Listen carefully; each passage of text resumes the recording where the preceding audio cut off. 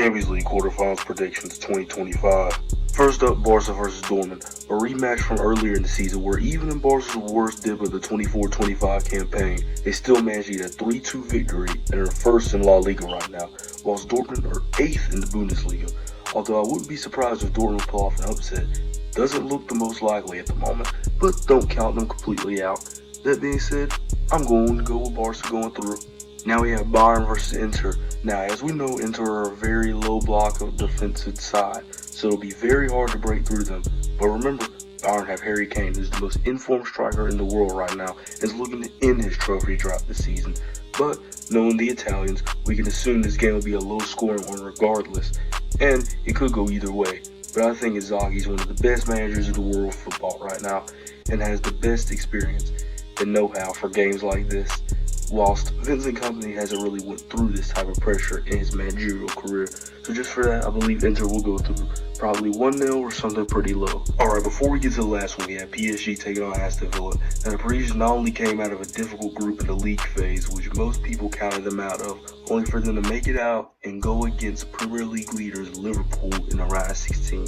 To then be brushed aside by fans again, only to stun Anfield and progress to the quarterfinals of the Champions League, a competition they've never won before, which could change by the end of next month. While Aston Villa are struggling to reach even a Europa League qualifying spot in the Premier League, not to mention Dembele's fiery form right now, and the fact PSG have already won their domestic league, allowing them to rest their key players for fixtures like this.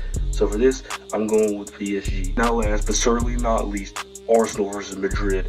Now, Arsenal are undefeated in this competition against the 15-time winners, believe it or not, but will they be able to keep that record against them tomorrow is the question.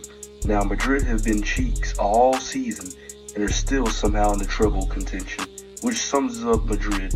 Even when they go through tough periods and multiple losses, they can still come back with a lot of fury, especially in the Champions League, where lots of times they don't deserve the wins they get. But due to individual brilliance, they always manage to cross the line. Moments FC for a reason, you guys, but that still doesn't change the fact their back lines are very weak this season. And if Arsenal can get a corner, I don't think I even need to tell you what's going to happen. I mean, they're basically modern Stoke City at this point. But as we know, Gabriel is injured, so Saliba's going to have to work overtime on Mbappe, Vinny, and Rodrigo tomorrow night. But even with Bukayo Saka back and overall being the better team, I think on a UCL night, yet again, individual dazzles are going to pull Madrid over the line.